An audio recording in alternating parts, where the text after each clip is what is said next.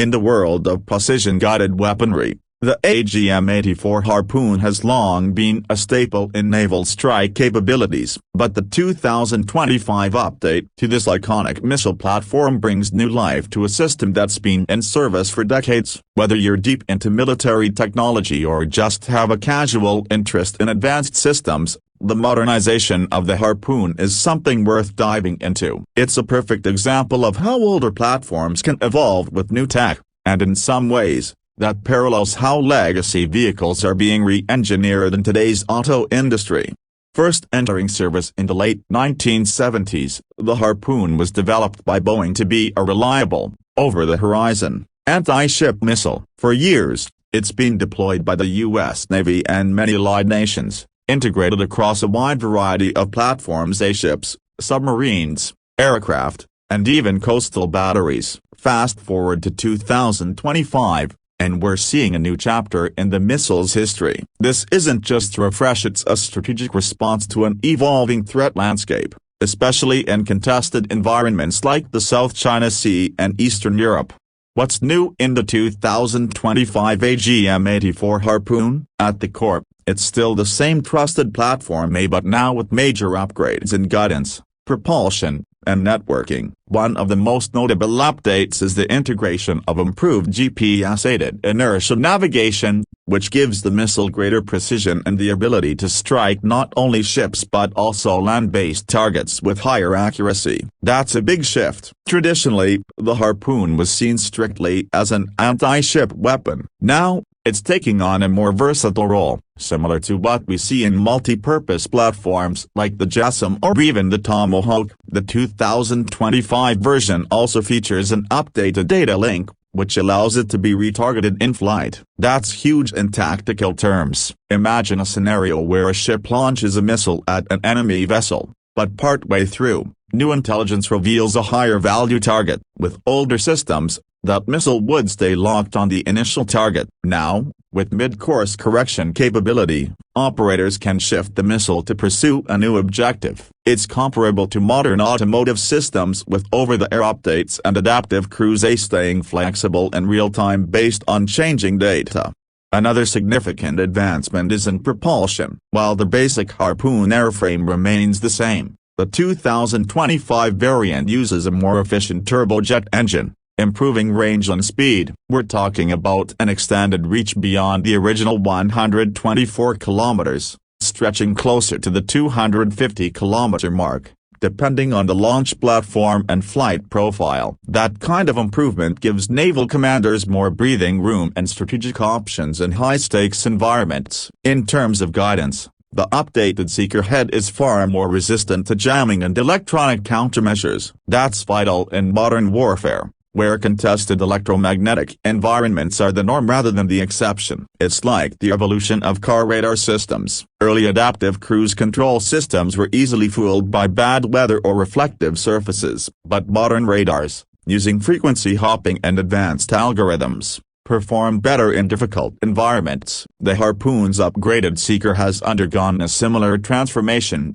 with enhanced resistance to spoofing and decoys. Deployment flexibility is another key highlight of the 2025 update. The Harpoon can now be launched from more aircraft types and even newer drone platforms. That's particularly interesting because it opens up the potential for unmanned systems to conduct long-range precision strikes, reducing risk to pilots and increasing mission tempo. For a system that's been around since the Cold War, that's a big leap forward. Let's also talk about survivability. The new Harpoon has improved sea skimming capabilities, hugging the ocean surface more closely to avoid detection and interception. It can fly at altitudes as low as 10-15 feet above sea level, using terrain-following algorithms and better sensors to stay hidden until the last moment. This makes it harder to intercept by ship-based defense systems like SEAS or CRAM. In essence, it behaves like a stealthy electric hypercar weaving through traffic, agile,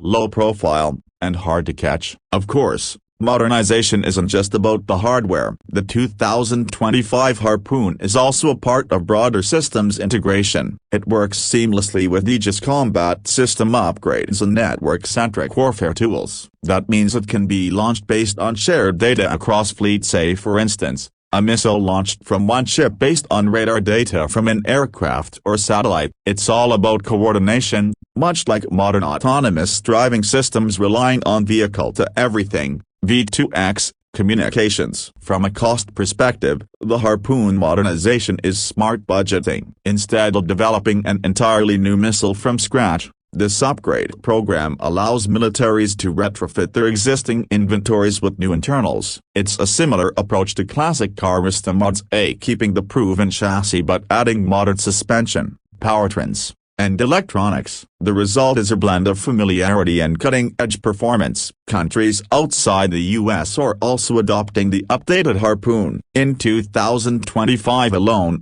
deals have been signed with Taiwan, Japan, and several NATO allies for the upgraded missile, especially as tensions rise in the Indo-Pacific. For these countries, having a reliable and upgraded anti-ship missile is critical to maintaining a credible deterrent. One interesting note is that the Harpoon remains non-stealthy in the traditional sense. It doesn't have radar-absorbing coatings or a stealthy shape like the RASM, but the upgrades to flight profile, sea skimming, and terminal maneuvering make it stealthy in behavior. It's a reminder that not everything needs to be invisible to be effective. Sometimes speed, agility, and low observability through terrain masking do the job just as well. In many ways, the Harpoon's journey mirrors what we see in the automotive world. Long-running models like the Ford Mustang or Toyota Land Cruiser get generational updates that preserve their identity while embracing the future. The Harpoon, despite being a missile and not a car, follows that same logic, adapting over decades without losing sight of its core mission.